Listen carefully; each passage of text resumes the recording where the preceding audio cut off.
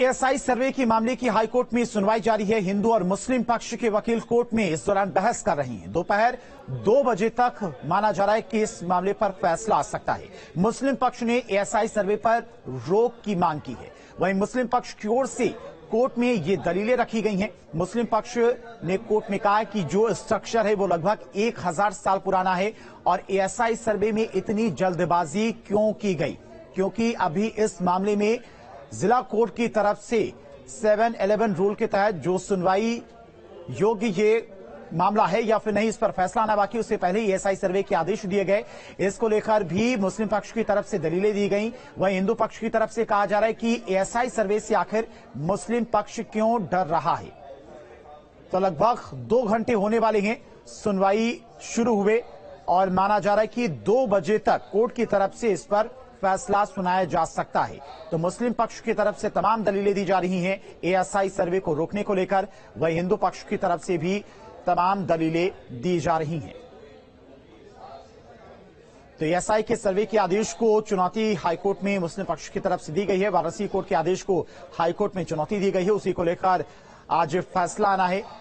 करीबन 2 घंटे बीत चुके हैं। ज्ञानव्यापी एएसआई सर्वे मामले की हाईकोर्ट में सुनवाई जारी है। इस दौरान मुस्लिम पक्ष और हिंदू पक्ष के बीच में जुरह चल रही है। मुस्लिम पक्ष जहां पर एएसआई सर्वे को रोकने को लेकर तमाम सारी दलीलें दे रहा है, आपत्तियां दाखिल कर रहा है, वहीं हिंदू पक्ष की तरफ से एएसआई सर्वे क्यों जरूरी है इसको लेकर भी दावा पेश किया जा रहा है।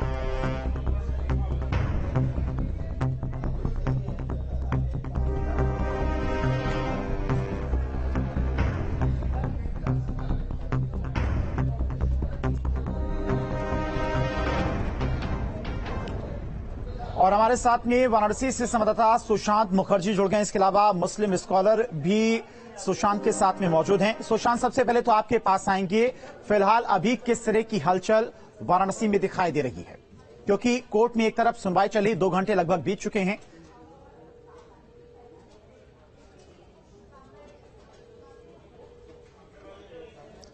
देखिए, इस वक्त वाराणसी में सभी को इंतजार है कि कब तक ये पूरा जो स्टे का मामला है इस पर फैसला आ सकता है। पर हम आपके साथ एक बहुत बड़ी एक्सक्लूसिव ब्रेकिंग दे रहे हैं कि हमारे साथ राखी सिंह हैं। राखी सिंह दरअसल वो महिला हैं जो विश्व वैदिक सनातन संघ के स्थापक सदस्य हैं और साथ ही जो श्रृंगार गौरी केस में महिलावादी हैं, उन महिलावादियों में से मुख्य महिलावादी जो हैं वो सबसे पहले टेलीविजन स्क्रीन पर आ रही हैं। न्यूज स्टेट पर आप देख सकते हैं राखी सिंह, जिसका इंतजार बहुत दिनों से किया जा रहा था। राखी जी, सबसे पहला सवाल तो ये कि लगातार 2 सामने कब आएंगी, ये लगातार ये बातें चलती रही, तो इतनी देर कैसे हो गई? बनारस तो आना जाना होता ही रहता है, लेकिन जब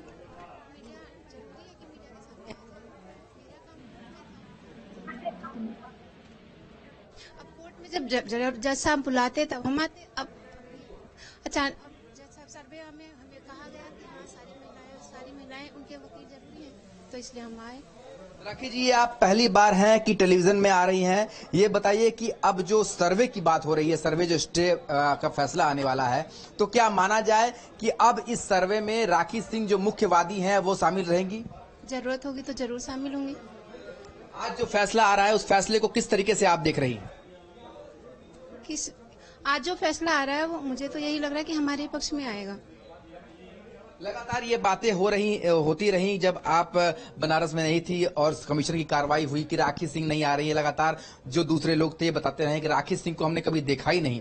तो आज पहली बार हम टेलीविजन स्क्रीन पर राखी सिंह को भी दिखा रहे हैं और उनका इंटरव्यू भी दिखा रहे हैं। राखी जी, इस पर क्या कहना चाहेंगे?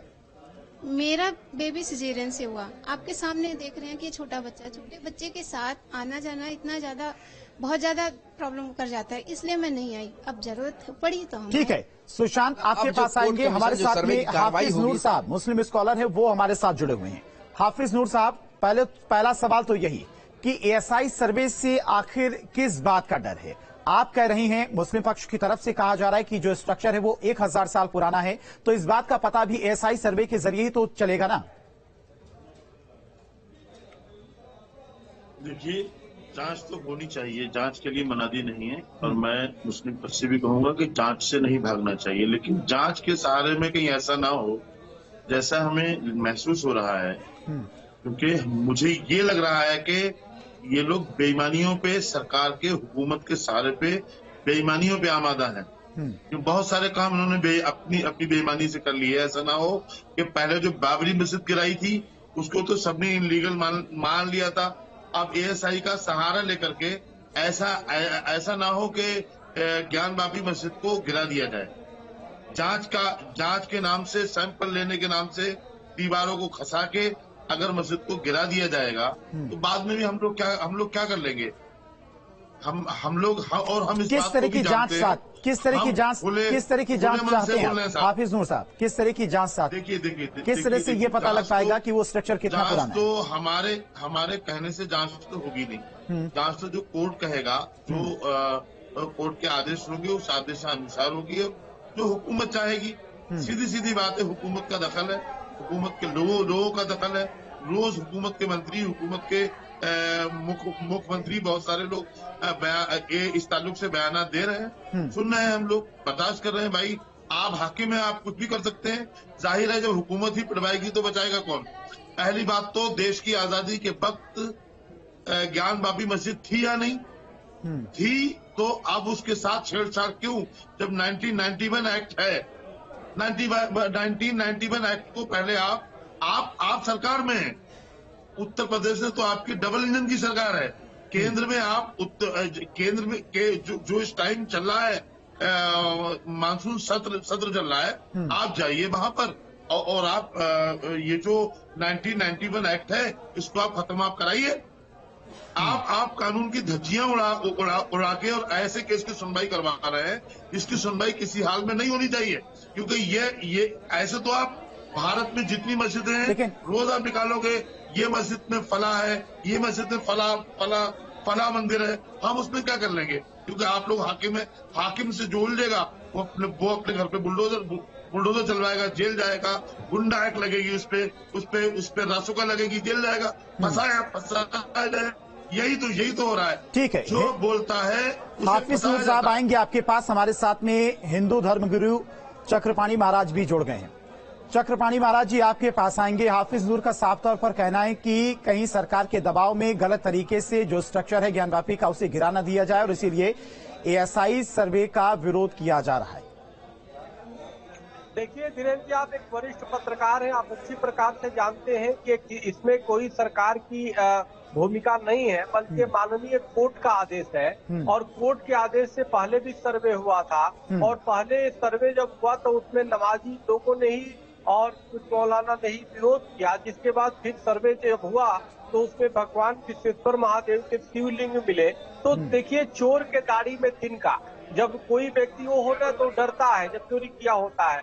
तो ये मुस्लिम पक्षकार अच्छी प्रकार से जानते हैं कि अब एक बार सर्वे हुआ तो विश्वेश्वर भगवान का शिवलिंग का पूरा विश्व ने देखा, तो भाई दोबारा अगर हो गया तो बहुत कुछ निकल जाएगा।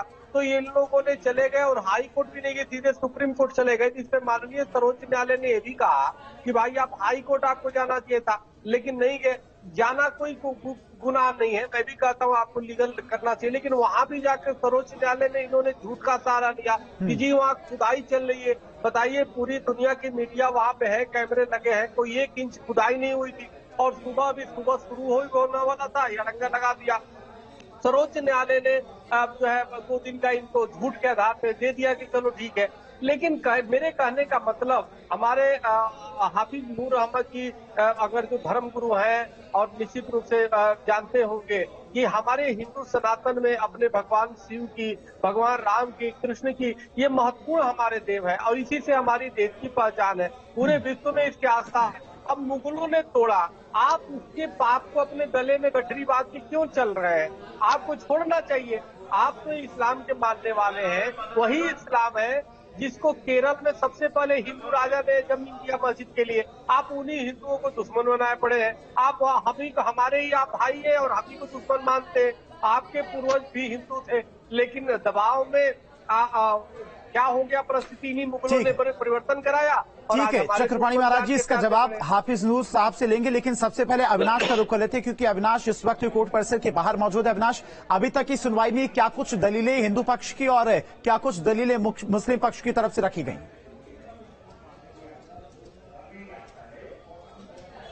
देखिए धीरेन्द्र, तकरीबन 9:30 बजे कोर्ट में सुनवाई शुरू हुई थी और घंटे से ज्यादा का वक्त हो चला है। हालांकि सबसे पहले कोर्ट ने मुस्लिम पक्ष की दलीलों को सुना और अब जो हिंदू पक्ष है वो अपनी दलीलों को कोर्ट के समक्ष रख रहा है। बारी बारी से जो चीफ जस्टिस हैं वो आज भी वहां एक समय होता है जब श्रृंगार गौरी की पूजा होती है। तो चूंकि देखिए मुस्लिम पक्ष बार बार इस बात पर, अगर मुस्लिम पक्ष की दलीलों की बात करें तो बार बार वो इस बात पर जोर दे रहा था कि अगर वहां पर एएसआई सर्वे होता है और किसी तरीके की कोई खुदाई होती है तो वहां जो मुख्य इमारत है, यानी कि जो ज्ञानभावी परिसर की मुख्य इमारत है, उसको नुकसान हो सकता है, क्योंकि वो 1000 साल से ज्यादा पुरानी इमारत है, वो ढह सकती है, पूरी तरीके से कोलैप्स हो सकती है। हालांकि जब हिंदू पक्ष की दलीलें शुरू हुई तो कोर्ट ने हिंदू पक्ष से ये भी पूछा कि आप क्या एश्योर करते हैं, जो एजी हैं, जो महाधिवक्ता हैं उत्तर प्रदेश सरकार के, उनसे भी पूछा गया कि इसको कैसे सुनिश्चित किया जाएगा कि अगर एएसआई सर्वे वहां पर कराया जाता है तो मुख्य इमारत को नुकसान नहीं पहुंचेगा, जैसा कि मुस्लिम पक्ष लगातार इस पर सवाल खड़े कर रहा है। तो हिंदू पक्ष की तरफ से भी ये कहा गया कि जो बनारस डिस्ट्रिक्ट कोर्ट ने जो आदेश जारी किया है सर्वे को लेकर, उसमें साफ तौर पर इस बात को रेखांकित किया गया है कि वहां पर किसी तरीके की खुदाई अभी फिलहाल नहीं होगी और बिना मुख्य इमारत को क्षति पहुंचाए वहां पर सर्वे का काम किया जाएगा। लेकिन देखिए मुस्लिम पक्ष चूंकि जानता है कि अगर वहां पर एक बार फिर से सर्वे का काम होता है तो जो परिस्थितियां 2022 में बनी थी जब कोर्ट कमिश्नर नियुक्त किए गए थे और कोर्ट कमिश्नर की देखरेख में वहां पर सर्वे किया गया था, वजूखाने से जो पत्थर निकला था उसको हिंदू पक्ष ने शिवलिंग कहा, मुस्लिम पक्ष ने कहा कि वो फव्वारा है, तो कुछ वैसी परिस्थितियां, कुछ वैसी तस्वीरें बाहर आ सकती है। तो इन चीजों को लेकर देखिए अभी दलीलें दी जा रही हैं। हालांकि बीच बीच में अभी अगर बात करें तो जो हिंदू पक्ष है वो अपनी दलीलों को रख रहा है, लेकिन बीच बीच में जो मुस्लिम पक्ष के वकील हैं नकवी, वो भी अपनी बातों को रख रहे हैं। ठीक है, मिलाकर कह सकते हैं कि थोड़ा ठीक है अपना जाने की 2 बजे के आसपास कोर्ट की तरफ से फैसला सुनाया जा सकता है। हालांकि फैसला क्या होगा इस पर सभी की निगाह रहेंगी। हाफिज नूर साहब और चक्रपाणी महाराज जी लगातार हमारे साथ जुड़े हुए हैं। हाफिज नूर जी, आपके पास आएंगे। फैसला आखिर कैसे होगा? अगर सर्वे नहीं होगा तो हकीकत कैसे सामने आएगी? किस तरह की जांच चाहते हैं आप? देखिए, एक बहुत मशहूर कहावत है कि दूध का जला हुआ जो है वो छाछ भी फूक के पीता है। हमने इससे पहले चोट खाई है। हमें अभी बहुत ही काबिल शख्सियत हैं। एक तो अभी वो किसी से तू तड़ाक नहीं बोलते हैं और किसी से गलत उनका रवैया रहता नहीं है। जो चक्रपाणी महाराज जी बैठे हैं, लेकिन चक्रपाणी महाराज जी जो बोल रहे हैं, मैं उनका बहुत बहुत एहतराम करता हूँ। वो धर्म गुरु है और शख्सियत है, वो देश की शख्सियत है। लेकिन मैं उनसे ये जरूर कहूंगा, ये रटी रटाई बातें करना आप छोड़ दें कि आपके पूर्वज मुसलमान कोई हिंदू थे। हम क्या हैं उस पर आप ध्यान दें। हमारे पूर्वज क्या थे, आपके पूर्वज क्या थे, हम कभी इस पर ध्यान नहीं देना चाहते। हम क्या हैं उस पर आप ध्यान दें। देश की आजादी के वक्त ज्ञानवापी मस्जिद थी। हम हर हाल में ये कोशिश करेंगे कि वो मस्जिद रहे। जैसे बाबर ने मस्जिद तोड़ी थी या नहीं, बाबरी मस्जिद, इसका कोई सबूत नहीं दे पाया एएसआई। ऐसे ही औरंगजेब ने मस्जिद तोड़ी थी या नहीं, किसी के पास कोई भी सबूत नहीं है। सिर्फ इस्लाम और मुसलमान और जो मुस्लिम वो थे, शासक थे, उनको बदनाम करने का, देश का इतिहास खराब करने की साजिश हो रही है। इसके सिवा कुछ भी नहीं है। हुकूमत का एजेंडा है ये हुकूमत का एजेंडा। हुकूमत पहले ही जो आज भारतीय जनता पार्टी की सरकार में, सुन लीजिए मेरी आखिरी बात, भारतीय जनता पार्टी में जो लोग विराजमान हैं, आज जो कुर्सियों पर बैठे हैं, यही लोग ऐलान लगाते थे कि अयोध्या तो झांकी है, काशी मथुरा बाकी है। फैसला कोर्ट का था हाफिज नूर साहब, फैसला कोर्ट की तरफ से, फैसला कोर्ट का था और कोर्ट का फैसला सभी ने माना था। सुप्रीम कोर्ट की तरफ से निर्णय आया था। चक्रपाणी महाराज जी, मैं अब भी मान रहा हूँ उसे, मानूंगा नहीं, जाऊंगा कहाँ। देखिए मैं जो पूर्वज एक कहता हूँ, उसमें एकता का संदेश है। और ये बात मदनी साहब भी कह चुके हैं कि भाई हमारे मनु जी महाराज को आदम कहते हो, हमारे जो मनु जी महाराज है, तो एक ही हुआ, उसमें कोई दो रानी है। तो प्रेम की बात, उनकी बात यह है। ठीक है, सुनिए, चलिए आप नहीं मानते तो कोई बात नहीं, लेकिन महाराज जी समय चुकी कम है, बहुत कम शब्दों में। सुनिए, हाँ बिल्कुल, आपने कहा कि प्रमाण नहीं है। 18 अप्रैल 1669 को औरंगजेब ने फतवा जारी किया, उसके सबूत जो है आज भी उसमें वो है। ठीक है, क्षमा चाहेंगे चूंकि समय कम है। चक्रपाणी महाराज जी और हाफिज नूर साहब, आपका बहुत बहुत शुक्रिया। और अविनाश भी लगातार हमारे साथ जुड़े हुए थे।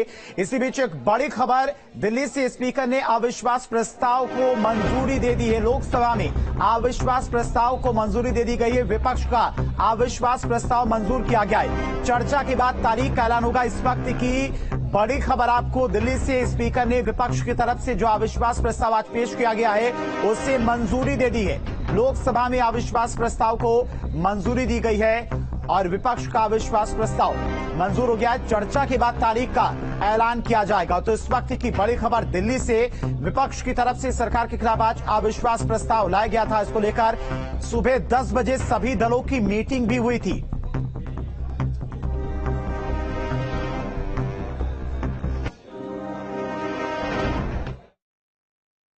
आने दो पहले नो कॉन्फिडेंस मोशन, सरकार हर परिस्थिति के लिए तैयार है। हम तो चाहते हैं मणिपुर पे चर्चा हो।